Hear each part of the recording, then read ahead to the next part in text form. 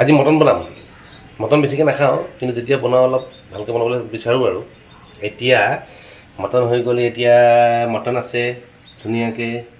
তাৰপাছতে এয়া হৈছে বিলাহী আৰু কেঁচা হালধিৰ পেষ্ট। এয়া হৈছে আদা, নহৰু আৰু পকা জলকীয়াৰ পেষ্ট। এয়া হৈছে আমাৰ অল দ্য মছলা, মানে গোটা জিৰা, গোটা ধনিয়া, গোটা ব্লেক পেপাৰ, গৰম মছলা, চফৰ এইটো পেষ্ট। পিঁয়াজ কাটি ল'লোঁ, আলু কাটি ল'লোঁ। এতিয়া চাওঁ কি বনাব পাৰোঁ আৰু। তেল গৰম হৈ গৈছে একদম পূৰা। কথা এটা আছে বোলে, মটন বনাওঁতে আৰু বিৰিয়ানী বনাওঁতে যেতিয়া পিঁয়াজখিনি দিয়া যায় একদম চেৰচেৰাই যাব লাগে। চাওঁচোন আজি একদম হৈছে নাই, তেতিয়া বোলে বহুত টেষ্টি হয়। এতিয়া চাওঁ, হৈছে দেই একদম। আজি কিন্তু বঢ়িয়া হ'ব, গম পালোঁ। একদম চেৰচেৰাই গৈছে।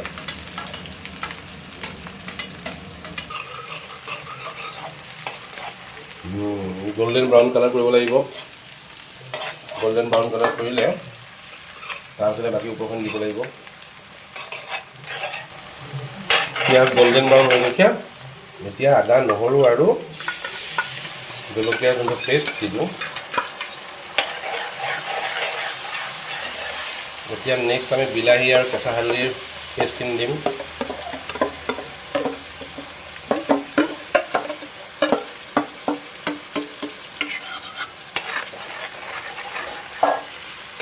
এইখিনি আমি ভালকৈ পকাব লাগিব যাতে গলি যায় আৰু মানে বিলাহীৰ কেঁচা গোন্ধটো যে নাইকিয়া হৈ যায়।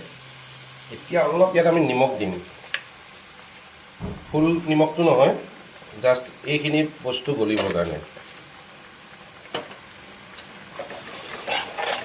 এইখিনি গ্ৰেভিখিনি অইল এৰিছে, অইল এৰিওঁতে ধুনীয়াকৈ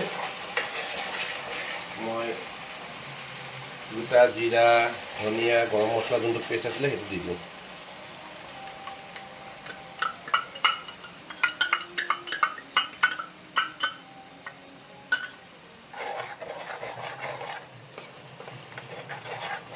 মছলা গ্ৰেভি গোটেইখিনি ধুনীয়াকৈ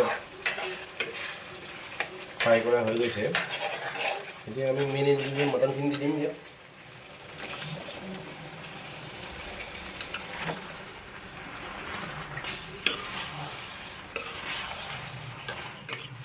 দিয়া দিওঁ। এতিয়া নিমখটো ফাইনেল নিমখ যোনটো জোখমতে লাগিব সেইটো আমি ইয়াত দি দিম।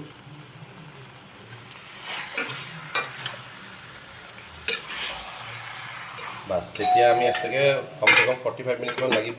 একদম চিমত আমি বস্তুখিনি কুক কৰিম। এতিয়া আমাৰ প্ৰায় হৈ গৈছে আমাৰ মটন। মই মাজতে অলপ আলু দি দিছোঁ, আলুটো অলপ দেৰিকৈ দিওঁ নহ'লে বাৰু গলি যায়। সাধাৰণতে মটন বনালে মই আলু নিদিওঁ, কিন্তু ল'ৰাহঁতে আকৌ মটনৰ আলুটো খাই পেলাই ভাল পায়। এতিয়া চাওক মটনখিনি ধুনীয়াকৈ হৈ গৈছে।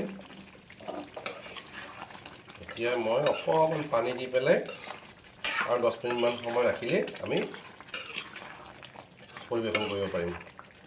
ধুনীয়াকৈ অলপ গৰম পানী দি দিম মই।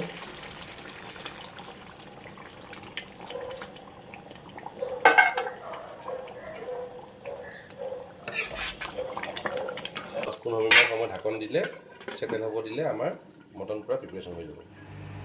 এই হৈ গ'ল।